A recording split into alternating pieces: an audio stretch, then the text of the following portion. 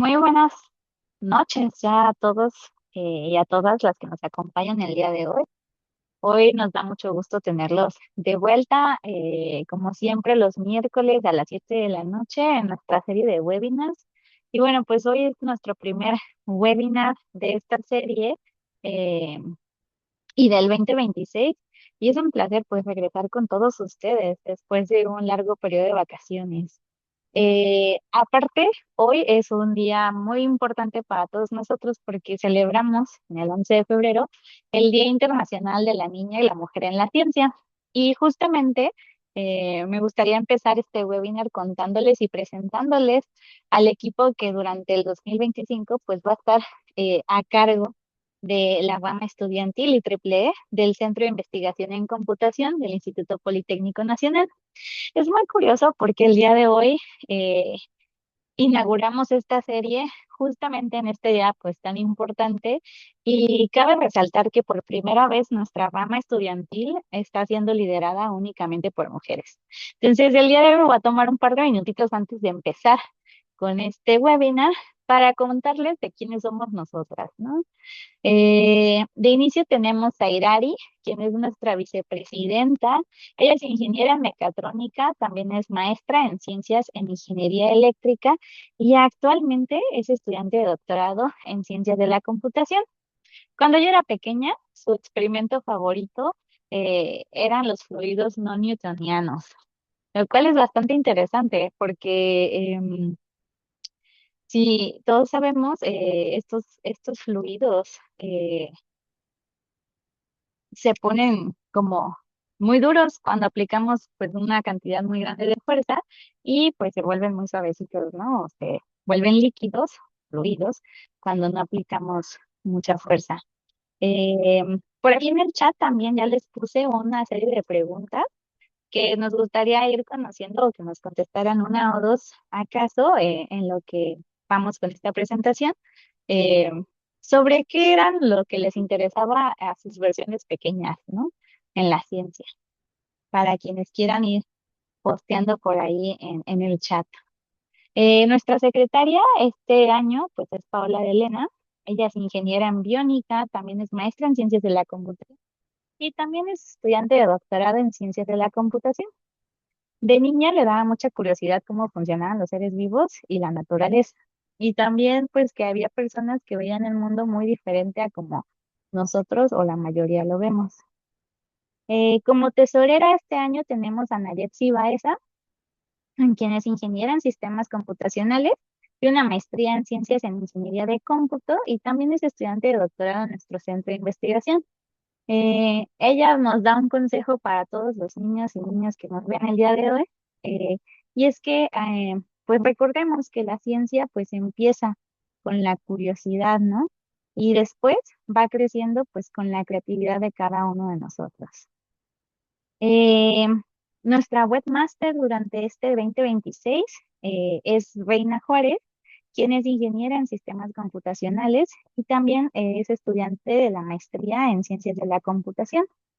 Cuando yo era niña sentía mucha curiosidad sobre cómo se podía buscar información en las computadoras y pues bueno, muchos años después se convirtió en ingeniera especialista en esta rama, ¿no? Y por último, pues su servidora, yo soy Elsie Cruz, soy actualmente la presidenta de la rama estudiantil y pues yo soy ingeniera en biónica, también tengo la maestría en ciencias de la computación y actualmente soy candidata a doctor en ciencias de la computación. Y bueno, pues si yo le pudiera hablar a mi versión más chiquita, pues le diría que nunca dejara de preguntar por qué, ¿no? O sea, yo me acuerdo que de pequeña yo traía media harta ya a mi madre haciéndole preguntas, ¿y por qué esto? ¿Y por qué del otro, no? Entonces, esta curiosidad justamente yo creo que nos lleva a todos los niños que eventualmente nos convertimos en científicos, pues hasta donde hemos llegado el día de hoy, ¿no? Y justamente es algo que nos gustaría conmemorar el día de hoy, aprovechando que toda nuestra mesa directiva pues está conformada por mujeres y pues que espero que a lo largo de este año podamos inspirarlos a ustedes, a la comunidad y pues a, a todos, ¿no?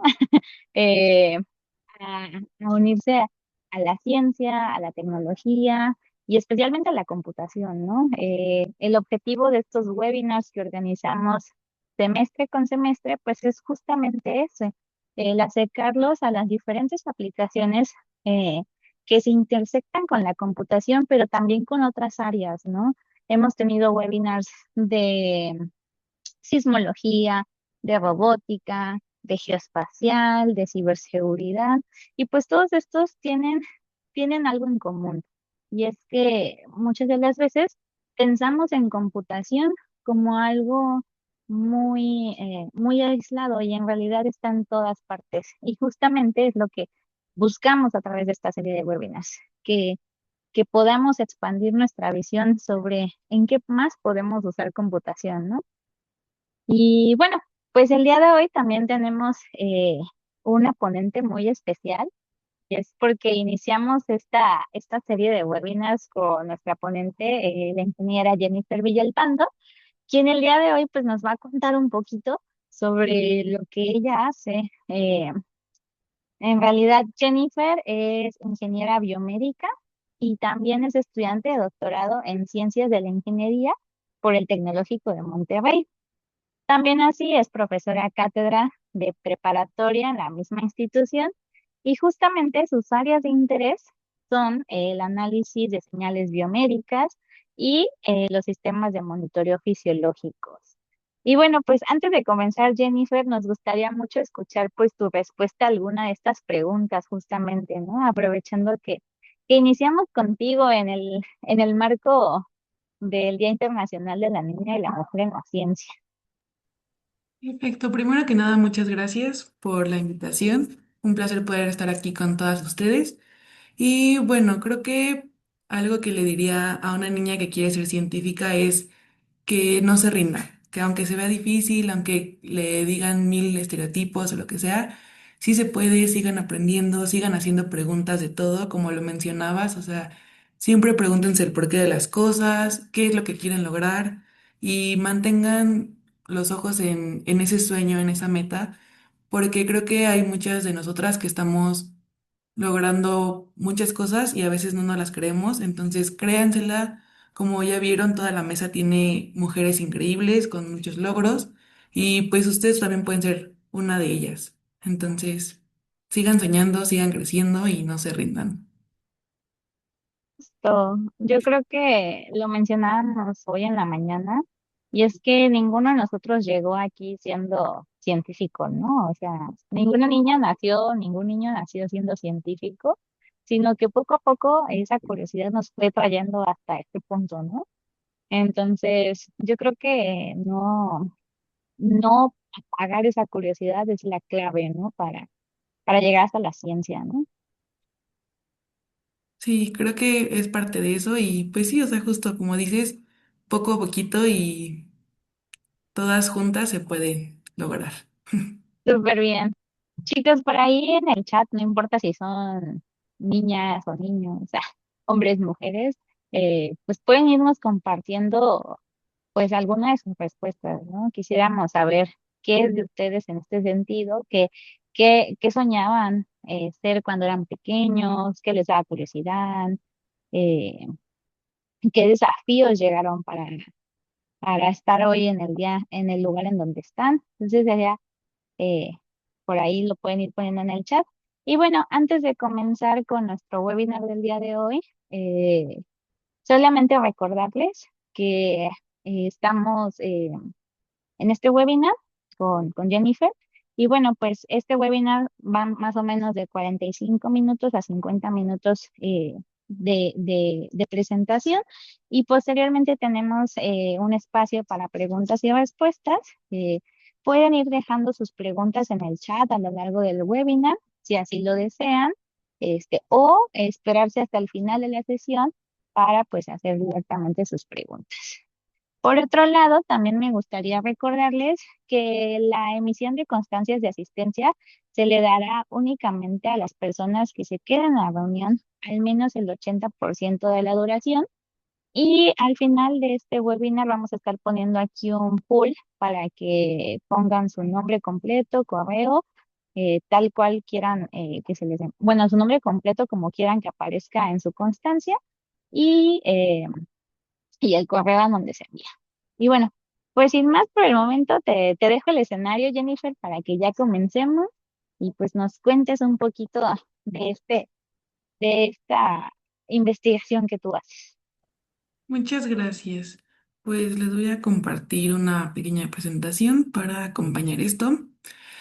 Y bueno, yo hoy les vengo a platicar sobre el desarrollo de un software que se usa para variabilidad de la frecuencia cardíaca basando en diferentes métodos matemáticos.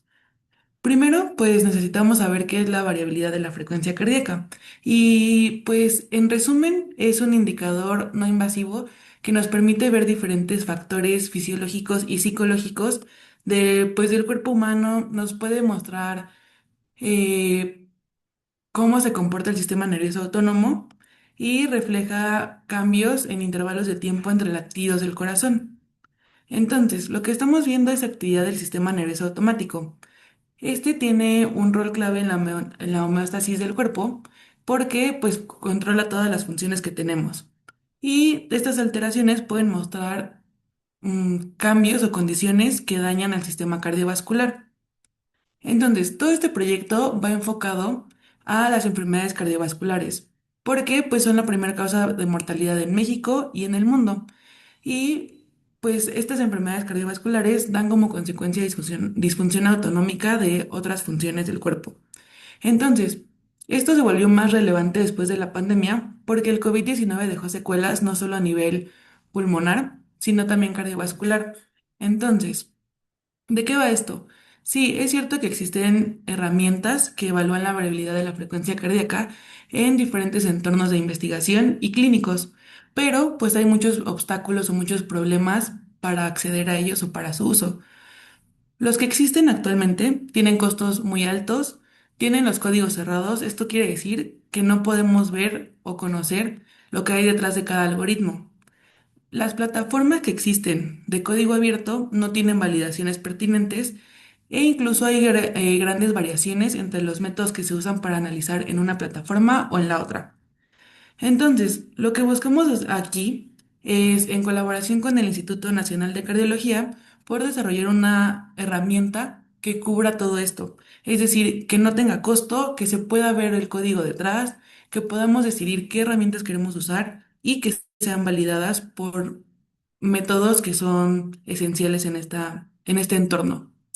Entonces, básicamente los objetivos eran desarrollar este software que cubriera todos estos gaps o espacios que tenemos en la industria o en la academia a través de diferentes cosas como análisis de señales, implementación de librerías en Python, unos algoritmos que ahorita les voy a platicar como corrección manual de picos, em, filtros adaptativos y también la implementación de diferentes dominios en tiempo, frecuencia y métodos no lineales para poder generar reportes basados que pudieran analizar clínicos, ingenieros o cualquier personal de un hospital y que pudiera ser relevante para investigaciones futuras.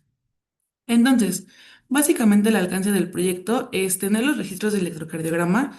Estos fueron proporcionados por doctores del Instituto de Cardiología en pacientes con secuelas de post-COVID. Después se busca el análisis de las señales, como lo mencioné, en diferentes dominios y con diferentes métodos, y después validarlo. La validación se desarrolló contra un software llamado Cubios. Este software es un gold standard en lo que se busca en la ciencia sobre esta área. Y finalmente tener reportes que fueran fáciles de entender, que fueran sencillos para todo el personal médico. Entonces, básicamente les mencionaba, las enfermedades cardiovasculares son la principal causa de muerte en el mundo, pero esas no son las únicas afectaciones que tienen. También generan un impacto financiero en las familias, afecta a las poblaciones vulnerables y pues contribuye también a muchos problemas extra de salud pública y discapacidades. Les decía que el COVID-19 afectaba a las personas, pero no solo a nivel pulmonar o del nivel o del sistema respiratorio, sino que también infectó células humanas a través de diferentes cosas, dañando el miocardio y generando síntomas que dañan el sistema nervioso central y periférico, que como les mencionaba es parte de lo que estamos estudiando aquí. Y bueno. Primero necesitamos saber qué es un electrocardiograma. Esto es la base de todo el proyecto.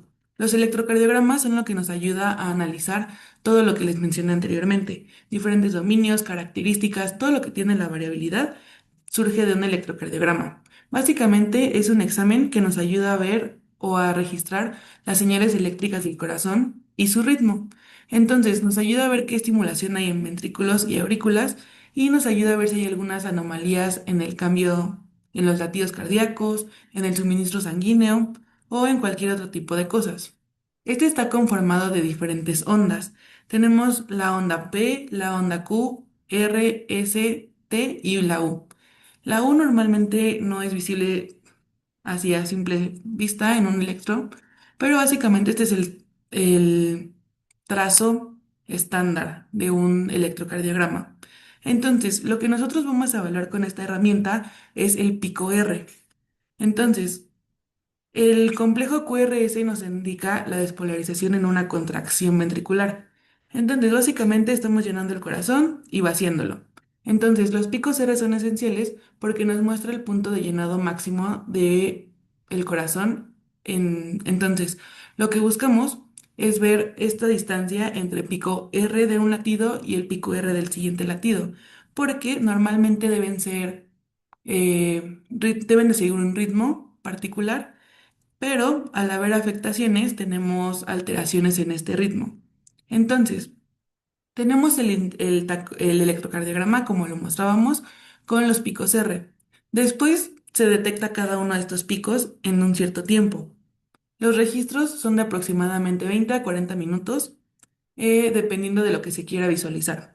Entonces, detectamos estos picos R y vemos si hay cambios entre intervalos RR. Esto quiere decir, tenemos un pico R, otro pico R y el espacio entre estos dos es un intervalo RR. Entonces, si estos intervalos tienen eh, diferente tiempo, significa que hay alteraciones. Entonces, con estos intervalos RR generamos algo que se llama tacograma. Este básicamente es la gráfica que vemos aquí abajo y muestra el intervalo, el RR actual versus el que sigue. Entonces, nos muestra eso en el tiempo que queramos estipular y nos ayuda para evaluar diferentes métodos de análisis. Para generar un buen tacograma se requieren al menos 300 segundos de un registro de electrocardiograma. Y esto es esencial para el análisis de variabilidad de la frecuencia cardíaca porque justo nos permite ver estos cambios y evaluar el equilibrio del sistema nervioso central, simpático y el sistema nervioso simpático y parasimpático. Perdón. Entonces, como podemos ver aquí la gráfica, tiene varios picos azules. Esto quiere decir que este registro tiene alteraciones o espacios o intervalos RR que son muy dispersos. Entonces, lo que se hizo en este procesamiento es aplicar un filtro adaptativo. Ese filtro adaptativo es las líneas rojas que vemos en esta gráfica. Ese filtro se aplica porque hay veces que algunos intervalos RR son por ruido del artefacto, por algún fallo en un electrocardiograma. Entonces, básicamente lo que hacemos es eliminar todo eso y reemplazar esos puntos grandes por puntos más coherentes para poder hacer un análisis más preciso o conciso de lo que queremos encontrar en esta información. Entonces, el filtro adaptativo que usamos es el filtro propuesto por Niels Wessels en el año 2000. Entonces, como les decía, se excluyen latidos que no provienen del nodo sinusal para poder hacer una buena evaluación de la frecuencia cardíaca. Esto se hace removiendo errores obvios, es decir, intervalos que sean menores a 200 milisegundos, tener un filtro porcentual adaptativo que básicamente hace un ponderado entre los tiempos de los intervalos RR y los reemplaza. Y después tenemos, ahora sí tal cual, la variabilidad de la frecuencia cardíaca, que les mencionaba que es un indicador del sistema nervioso autónomo y sus interacciones. Entonces, es usado en diferentes cosas, como les mencionaba. Es una herramienta de investigación que es no invasiva. Nos ayuda a ver información en diferentes campos, como es en el deporte, trastornos del sueño. Eso es algo que se está usando mucho ahorita en el instituto, todo lo que tenga que ver con apnea del sueño. Incluso nos permite ver estado de la salud mental o la susceptibilidad del corazón a ciertas características o situaciones. Entonces, esta puede tener diferentes factores o discrepancias al establecer un estándar, porque cuando se hace este tipo de análisis no se toma en cuenta cosas esenciales como edad, género, actividad física, dieta, este, todo este tipo de cosas. Entonces, lo principal es caracterizar los individuos, considerar su historia clínica y datos demográficos. Esto es esencial porque muchas veces hay casos en los cuales al hacer un análisis de variabilidad parece que la persona se encuentra mal, pero en realidad puede ser algún otro suceso como remodelación cardíaca por deporte, alteraciones en el sueño, otro tipo de cosas. Entonces, la historia clínica es base para poder hacer también este tipo de análisis. Luego, les comentaba que iba a hacer a ver un análisis en diferentes dominios. Primero tenemos los métodos lineales y después mencionaré los no lineales. Los lineales se dividen en diferentes partes a su vez. Tenemos en tiempo, en frecuencia y tiempo-frecuencia. Los del tiempo son básicamente estadísticas simples, promedio, desviación estándar, frecuencia cardíaca, intervalos NN menores a 50 milisegundos, en donde básicamente nos da la información de la señal promedio. Después tenemos los métodos lineales, pero en el dominio de la frecuencia. Para este se ocupa un análisis espectral y nos ayudan a ver la contribución de la variabilidad en el sistema nervioso autónomo.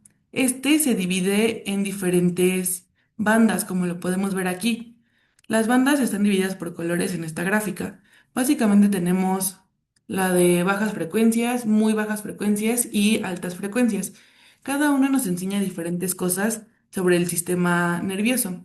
El de muy bajas frecuencias nos puede enseñar la actividad del sistema renina-angiotensina o la actividad vasomotora. Después, el de bajas frecuencias nos enseña la estimulación o el equilibrio que hay entre el simpático y parasimpático. Y finalmente, la de altas frecuencias nos muestra la estimulación del sistema nervioso parasimpático únicamente. Hay otra banda que se llama ultra baja frecuencia. Esta no es muy tomada en cuenta porque aún no se descifra bien qué es lo que dice, pero la mayoría de los artículos demuestra que se trata de la termorregulación. Entonces, eso sí es un área de oportunidad. Pueden ayudar a investigar como esa parte, pero por lo que se tiene en cuenta hasta el momento es para la termorregulación. Después tenemos los métodos lineales en tiempo-frecuencia. Estas básicamente es una colección de métodos que nos ayudan a usar técnicas de tiempo y frecuencia al mismo tiempo. Y pues nos enseña la presencia de la señal de inicio a fin, en intensidad, en evolución, cómo se distribuye. Y básicamente la que usamos en esta versión del software es la de ventanas de tiempos cortos de Fourier, que básicamente tenemos una ventana móvil, en este caso me parece que es de 300 milisegundos, 300 sí, milisegundos, y entonces la ventana es tan pequeña que hace parecer que ese pedazo es estacionario. Entonces tenemos el tacograma y se ven muchas variaciones. Si nosotros vamos cortando esa parte, se van a hacer gráficas más pequeñas. Entonces la tendencia en ese margen se reduce y se empieza a ver como si la señal fuera estacionaria, ya que son segmentos muy pequeños. Entonces, lo que se muestra en esta gráfica es un espectrograma, nos muestra igual la actividad de la señal en nuestras bandas de frecuencia. Entonces, nuestro eje Y es nuestras bandas de frecuencia y nuestro eje X es el tiempo. Entonces, tenemos las diferentes bandas y la actividad o la intensidad de la actividad de cada una de ellas. Después tenemos métodos no lineales. Igualmente, en esta versión del software tenemos únicamente Poincaré. Ya en la segunda versión se implementó o se está implementando distancia de Hausdorff, pero por el momento únicamente Poincaré. Ah, análisis de fluctuaciones también se está utilizando en las siguientes versiones, en donde tenemos Poincaré en esta, que básicamente nos muestra alteraciones patológicas y nos ayuda a ver igual los intervalos RR, el actual versus el siguiente. La importancia de esta gráfica es que normalmente se marca una elipse de puntos cuando se grafica, pero si hay alguna patología, alguna enfermedad, alguna alteración del sistema, se empiezan a crear nubes de puntos separadas. Entonces, de esa forma nos damos cuenta que el paciente cuenta con alguna condición que deba ser revisada. Entonces, como les mencionaba, hay muchos softwares que hacen cosas parecidas, como Cubius, HRV Suite, Artifact, entre otros. La diferencia es que, por ejemplo, Cubius es el estándar de oro en esto, pero su licencia es costosa. Hay otros que son abiertos o sin costo, como HRV Suite, Artifact, eh, que sí son buenos, pero no tienen todos los métodos. Se enfocan más en en los lineales. Tenemos Fisiosu que sirve para diferentes especies. Aquí tenemos datos de distintos animales.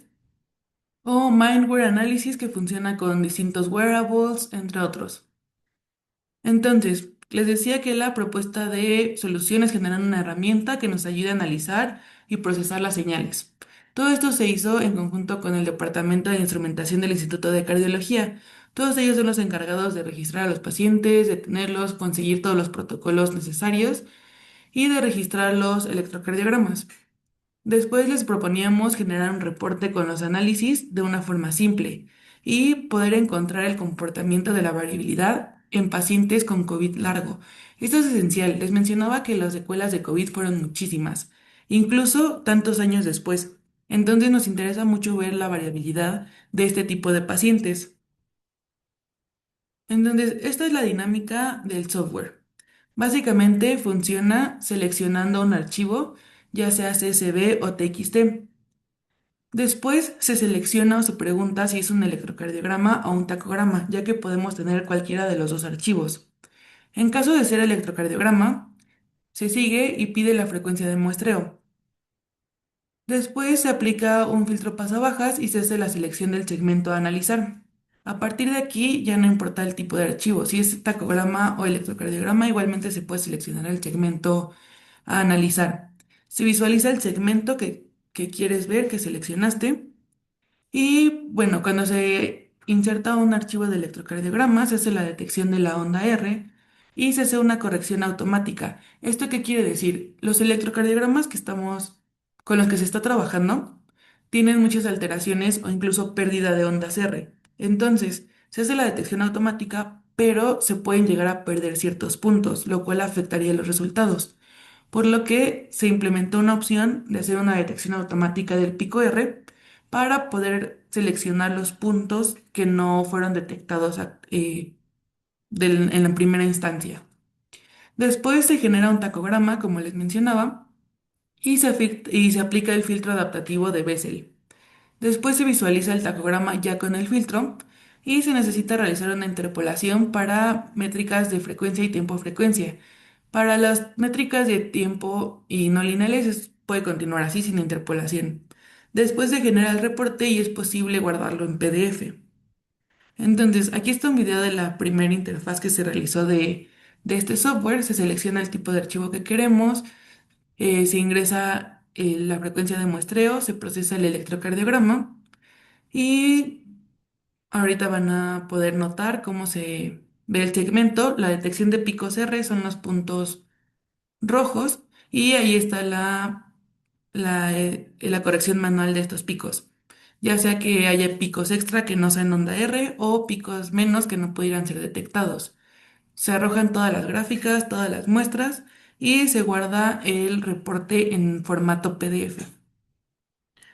Entonces aquí podemos ver eso, se ven todas las gráficas de lo que les mencioné y básicamente así funciona. Se hacen todos los análisis tiempo, frecuencia, lineales y no lineales. El reporte preliminar se ve así.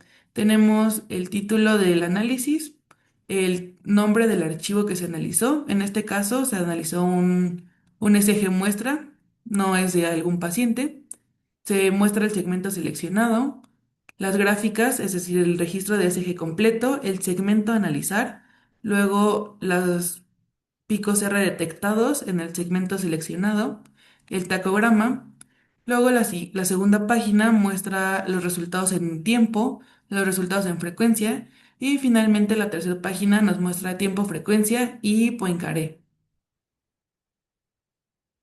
Bueno, después, para obtener todos estos resultados se utilizó un entorno completo. Se utilizaron computadoras, diferentes softwares. Se desarrolló todo usando Python y Visual Studio. ¿Por qué? Porque es una plataforma de código abierto que es fácil de manipular, se pueden hacer modificaciones o actualizaciones sin necesidad de pagar una licencia y de manera muy sencilla. Se utilizó Cubius porque todos los resultados se validaron contra lo que Cubius arrojaba. Y MATLAB para ciertos análisis de resultados o incluso pues Cubius fue desarrollado en MATLAB, entonces se consideró como su uso dentro de todo esto. Entonces, los primeros resultados que tuvimos fueron 20 registros de electrocardiograma de pacientes con COVID largo del instituto y un electrocardiograma muestra de Cubius. Esto para demostrar que funciona en pacientes con alguna patología y pacientes sanos. Después se realizó la evaluación de los resultados a través de comparaciones con Cubius, la versión premium para poder ver todas las gráficas e interactuar con ellas. Y para validarlas se utilizaron diferentes métodos como es Blant-Altman, coherencia espectral, distancia de Hausdorff y algunas comparaciones visuales para simplificar resultados. Aquí en Blant-Altman se utilizó para comparar métodos de medición en tiempo. Entonces nos calcula la media, la desviación estándar y la diferencia entre las mediciones que tenemos. Básicamente nos establece límites de confianza, que son estas dos líneas verdes que podemos ver aquí y la media, que está aquí. Entonces, lo que se está comparando es el vector RR obtenido en Python y el vector RR que nos otorga Cubius. Entonces, se hace una comparación punto a punto y aquí se pueden ver las diferencias entre ellos.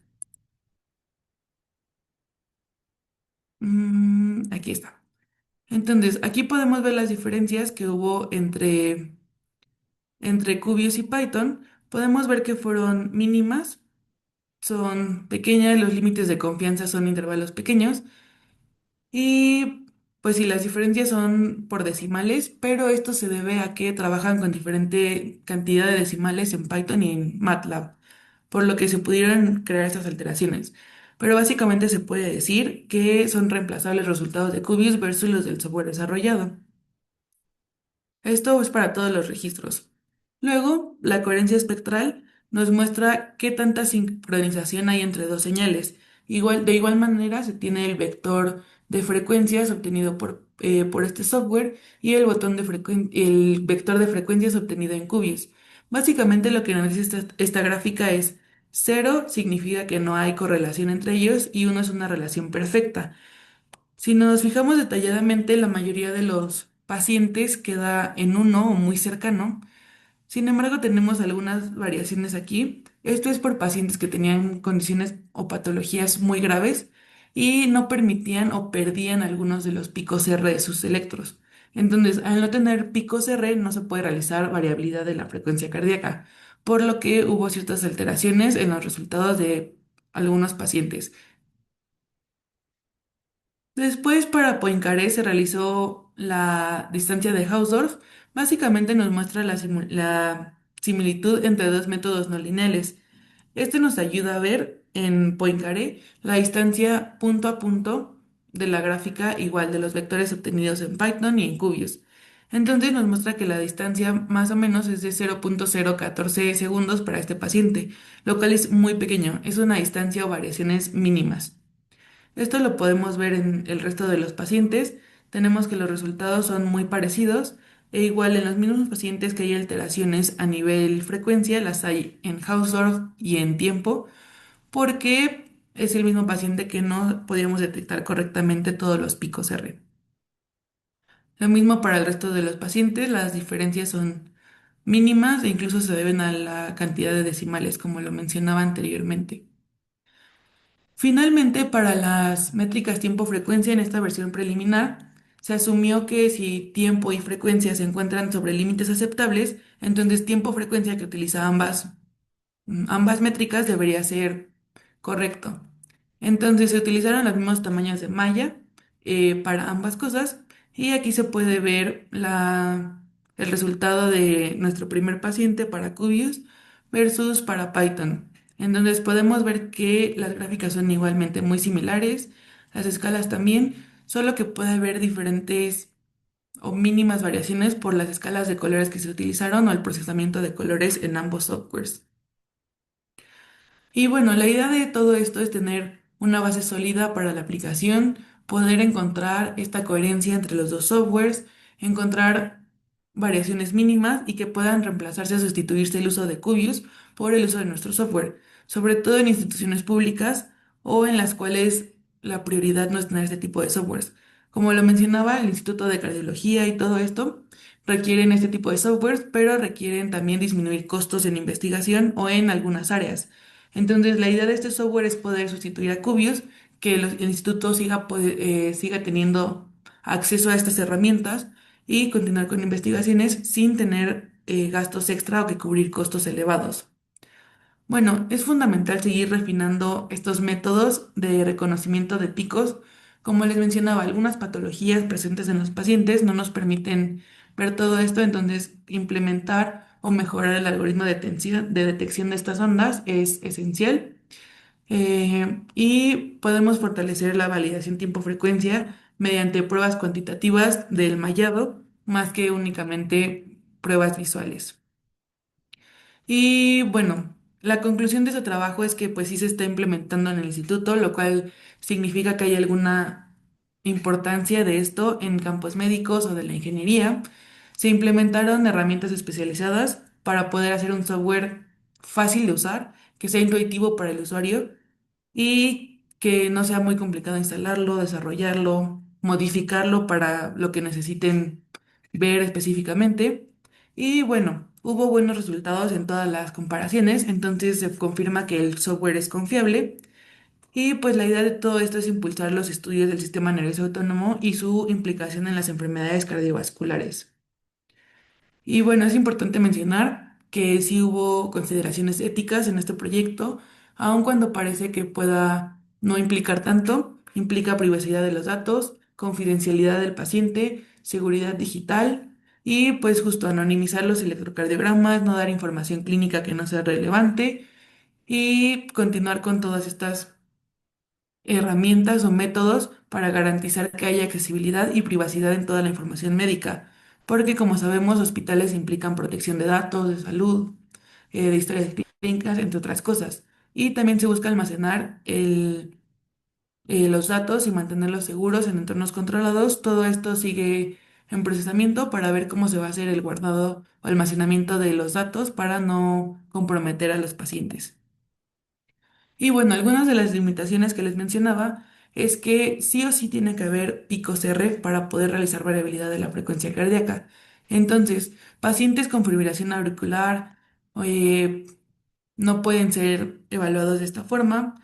Se requieren condiciones no estacionarias y pues la resolución en short time en la ventana de tiempos cortos de Fourier es buena, pero podríamos seguirla mejorando en términos del mallado o del ventaneo que se maneja. Y bueno, como trabajo a futuro, algunas de estas cosas ya las estamos implementando. Estamos usando análisis de fluctuaciones en métodos no lineales. Estamos implementando otros tipos de métricas como o de análisis. Estamos implementando Wavelet para análisis tiempo-frecuencia. También se está migrando el software a una plataforma web para poder hacerlo más accesible y funcional. Sin embargo, eso todavía no se publica o no se desarrolla. Bueno, sí se está desarrollando, no se ha dado acceso al público por cuestiones de ciberseguridad que se siguen optimizando. Y pues tal vez meter algún otro tipo de señales fisiológicas como fotoplastimografía para complementar e incluso aplicar a diferentes sujetos como modelos animales como lo hace Fisiosu. Y bueno, eso sería todo de mi parte. Creo que hay algunas preguntas en el chat. Súper Am, bien. sí. Eh, Chicos, por favor, vayan dejando sus preguntas en el chat o si alguien gusta participar puede hacer uso de su micrófono. Vamos a esperar. Yo creo que fue bastante interesante. A veces subestimamos, ¿no? El desarrollo de aplicaciones end-to-end, desde lo básico hasta ya desplegarlo en ambientes reales y sobre todo en la parte clínica, o sea, no es una tarea no es una tarea nada fácil de alcanzar. Entonces, pues también felicidades por crear software especializado para esta área y sobre todo un software abierto, ¿no? Que aborda justamente todas estas limitantes de la industria, que de repente, pues está bien que se desarrollen y se cobren, pero pues que dejan a, sobre todo a la comunidad científica en países como el nuestro, pues un poco desprotegidos, ¿no? Eh, sí, bueno, pues por ahí si alguien tiene alguna pregunta o duda para Jennifer, la puede ir haciendo en el chat. De mientras, en lo que se anima, eh, por aquí me encantó la respuesta de Itamar Azarelli. Dice, ¿qué tal? Me llamo Azarelli, soy estudiante de Ingeniería Mecánica Agrícola en Chapingo. Cuando era niña quería ser una científica loca. Ojo, para mí era ser importante estar loca porque creo fielmente que las grandes mentes fueron tachados de locos en algún momento de sus vidas. Actualmente como estudiante busco impactar en el desarrollo del campo desde su tecnificación y creo que eso ya es algo muy loco, pues es difícil que una mujer profundice en esta área. Gracias por abrir este espacio. No, gracias a ti, Azareli, por compartirnos tu experiencia. Yo creo que siempre todos nosotros teníamos esta idea de ser científicos locos, ¿no? Por aquí ya tenemos nuestra primera pregunta. Eda, ¿también se podrían hacer las pruebas con un electrocardiograma de una persona que recibió un trasplante de corazón? Y si es así, ¿cuáles serían los cambios comparados con los demás? Me parece que sí se podrían realizar, ya que lo único que requerimos es picos R, es decir, un latido de corazón. Entonces, personas con trasplantes tienen este latido, cuentan con estas condiciones o características, y me parece que no habría cambios comparados con una persona sin trasplante, ya que el análisis de variabilidad, como les mencionaba, únicamente afecta a personas con condiciones como fibrilación auricular en las cuales no se pueda ver o leer el pico R. Entonces, aún con un trasplante se puede realizar cualquier evaluación de variabilidad de la frecuencia cardíaca mientras no exista alguna otra patología adicional. Súper. Por aquí nuestra compañera Paola dice, me gustaría saber cómo se realiza la detección automática del pico R. Bueno, la detección ahorita se está, en realidad casi todo el software se desarrolló con PyHRB, que es una librería de Python. Básicamente se llama las funciones. En este caso se utiliza únicamente findPix, estableciendo un umbral de amplitud y de tiempo. Por eso les mencionaba en mejoras a futuro, poder realizar mejoras a este algoritmo y que no sea únicamente llamar a una función, sino con métodos más específicos para perfeccionar esta detección. Súper bien. Chicos, ¿por ahí alguna otra pregunta? ¿Alguien gusta hacer uso de su micrófono? En lo que alguien se anima. Jennifer, ¿cuál crees que fue la parte más complicada del desarrollo de todo este software? O sea, desde el diseño conceptual hasta la implementación como tal. Creo que la parte más complicada es el definir qué tanto quieres limitar lo que vas a hacer. Porque muchas veces vemos todos estos softwares y quieres hacer todo, ¿no? O sea, quieres que sea de código abierto, que tenga todas las métricas, que sea el mejor, que tenga 1000 algoritmos, 1000 librerías. Entonces, el saber hasta dónde llegar en cada etapa para que sea adecuado para los usuarios. Porque, o sea, hablando con mi asesor era como, a ver, tú quieres hacer 1000 cosas, pero no todas esas 1000 cosas nos están sirviendo en el instituto. Para lo que queremos en el instituto es esto, esto y esto. Entonces, saber cómo abordarlo y limitarlo a eso es creo que la parte más difícil, porque ya que empiezas a programar y todo, ya te sigues. O sea, las primeras líneas de código siempre son las más caóticas, pero ya que tienes esa base, pues seguir. Entonces creo que Sí, limitar o mantener el enfoque en la necesidad del usuario más que en lo que tú quieres lograr, que sea útil para los que lo necesitan. perfecto.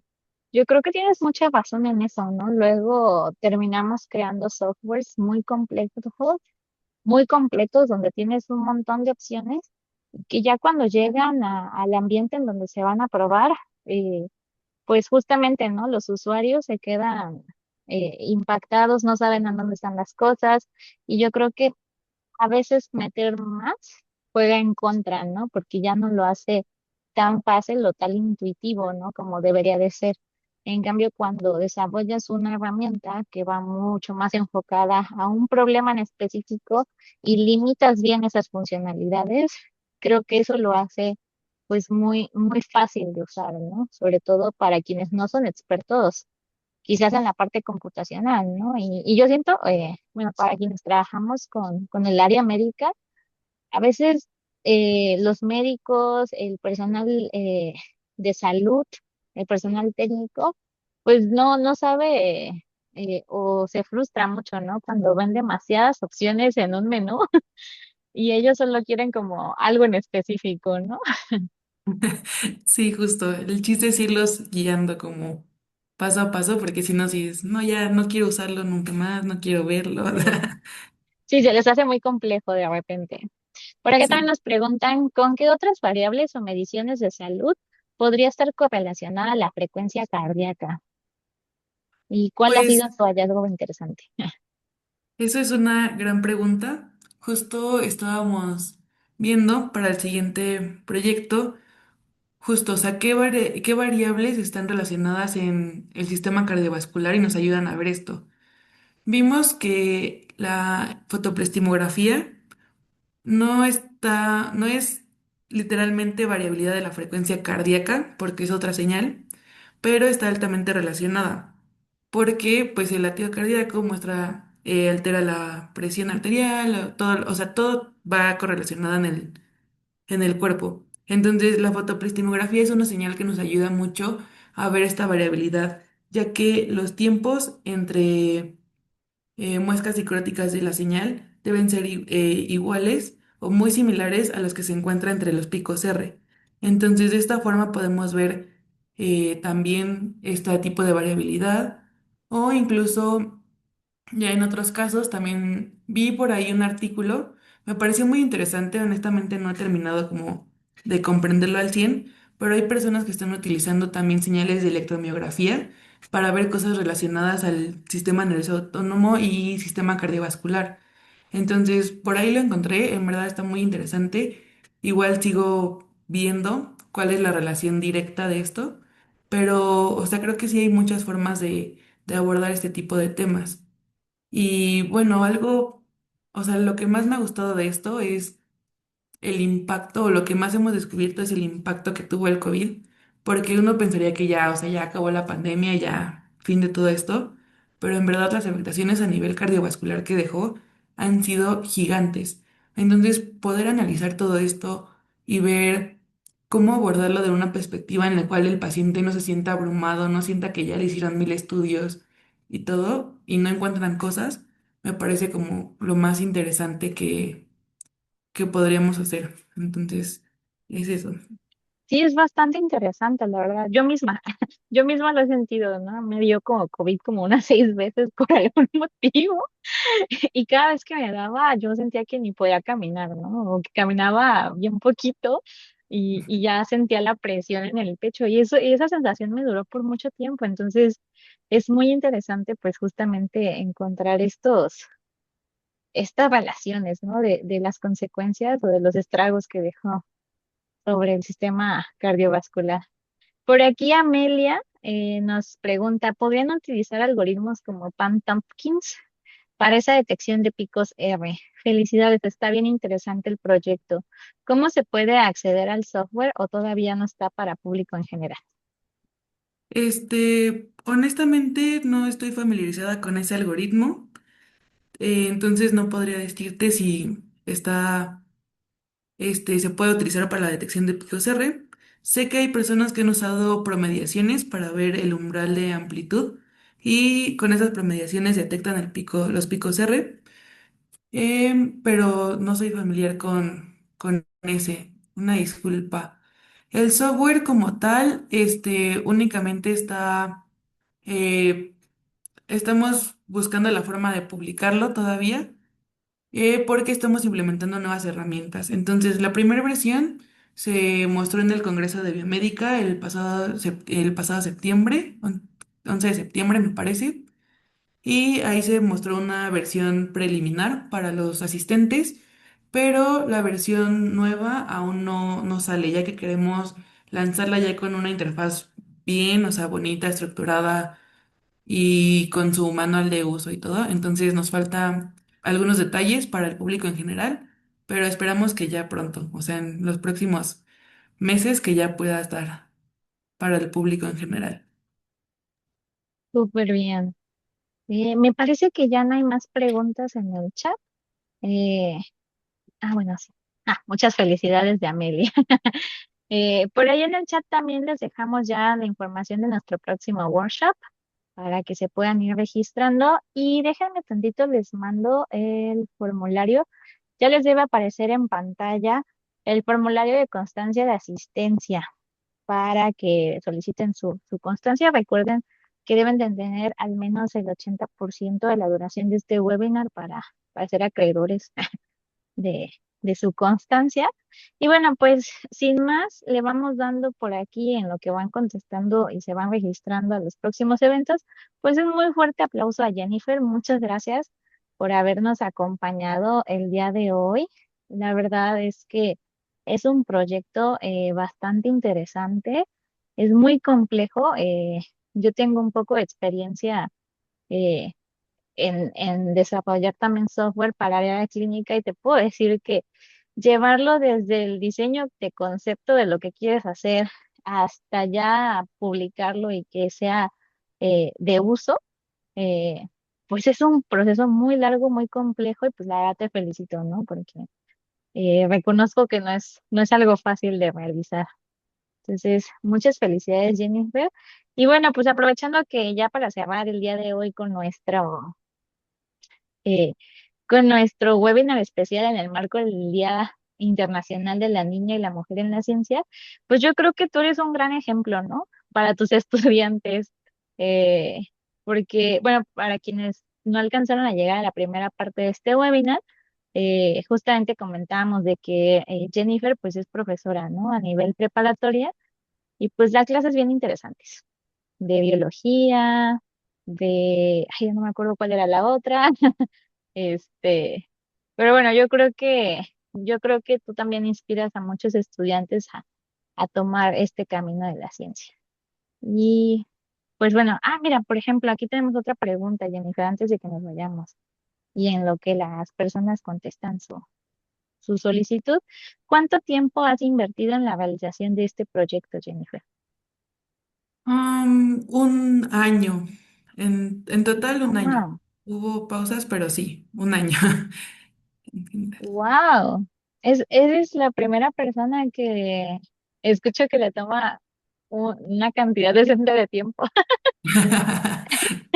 Sí, Wow, no, eso es un año, desde increíble. la primera Un versión año. hasta las actualizaciones que tenemos hoy, un año. No, pues muchas felicidades, Jennifer. La verdad es que, de nuevo, no es una tarea fácil. Sí, sí, no, está padre. Súper bien. Bueno, em, pues muchas felicidades. Y yo creo que por aquí terminamos el día de hoy. Nada más déjenme les comparto nuestro siguiente evento, si lo quieren conocer. En nuestra siguiente semana, recuerden que estos eventos se hacen semanalmente. Una semana es un workshop, la siguiente semana es un webinar y así nos vamos turnando semana por semana. La siguiente semana estará a cargo del licenciado Noé Osorio García, quien es experto en movilidad, transporte, análisis espacial y ciencia de datos. Él nos trae un workshop de 2 días, del 16 al 19 de febrero, de 7 de la noche a 9 de la noche. Y este workshop va a estar enfocado en herramientas aplicadas para el análisis espacial con R. Por ahí en el chat ya tienen el link de registro, también lo pueden se pueden registrar usando el QR que aparece en pantalla. Y bueno, pues esperamos verlos por aquí la siguiente semana. De nuevo, muchas gracias, Jennifer, por acompañarnos el día de hoy, por tener pues esta disponibilidad. Y pues bueno, sin más, nos despedimos el día de hoy, no sin antes volverle a dar un fuerte aplauso a nuestra ponente del día de hoy. Y bueno, pues muchas gracias por acompañarnos, por unirse. Ya estaremos retomando nuestra serie de webinars. Hoy es el primero de muchos que vienen de aquí hasta julio, si no recuerdo mal, con la serie A26. Y bueno, muchas gracias y nos vemos hasta la próxima.